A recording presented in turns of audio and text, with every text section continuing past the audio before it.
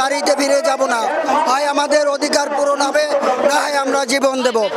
আজকের আমরা 18 দিন মাঠে পড়ে আছি আমাদের দাবি নিয়ে, আমাদের ন্যায্য অধিকার, আমাদের দাবি নিয়ে।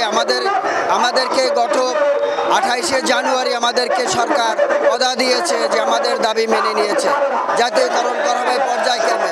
সেই দাবি নিয়ে আজকের আমাদের 10টি মাস কেটে গেল, আজকের পর্যন্ত আমার সেই দাবির কোনো প্রতিফলন ঘটছে না।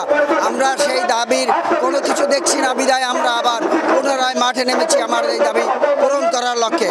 কিন্তু আমরা কি অন্যায় করেছি, আমাদের কি দোষ?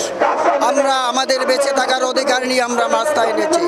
আমরা এদেশের নাগরিক, আমাদের বাঁচার অধিকার আছে। সেই অধিকারকে নিয়ে আমরা বাঁচার জন্য, এক মুঠো ভাতের জন্য, মোটা কাপড়ের জন্য আমরা আজকের এই মাঠে পড়ে আছি।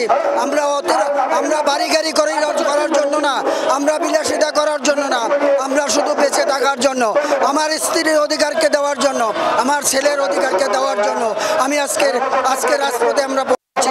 যার জন্য আমাদের সেই অধিকারকে পালন হচ্ছে না। আমরা এই জন্য আমরা আজকে 18 দিন অতিবাহিত হতে যাচ্ছে, আমরা আজকের এই মাঠে পড়ে আছি। আমরা আমাদের ন্যায্য অধিকার যতক্ষণে পূরণ না হবে ততক্ষণে আমরা মাঠে আছি। আমরা জীবন দিয়ে দেব। আমরা বাড়ি থেকে শেষ বিদায় নিয়ে আসছি, আমরা আর বাড়িতে ফিরে যাব না। হয় আমাদের অধিকার পূরণ হবে, না হয় আমরা জীবন দেব।